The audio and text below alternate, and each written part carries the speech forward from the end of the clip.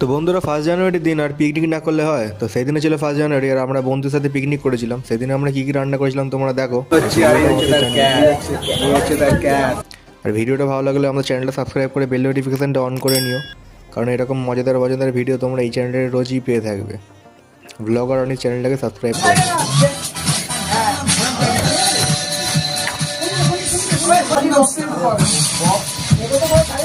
তোমরা যতই ভাবো না কেন আমরা বড় বলে আমরা ওইসব খাই, আমরা কিন্তু ওইসব খাইনি, আর ওইসব তোমাদের ভিডিও ক্লিপ দেখাবোও না আমরা, কারণ ওইসব আমরা খাই না, আমরা বাচ্চা এখনো।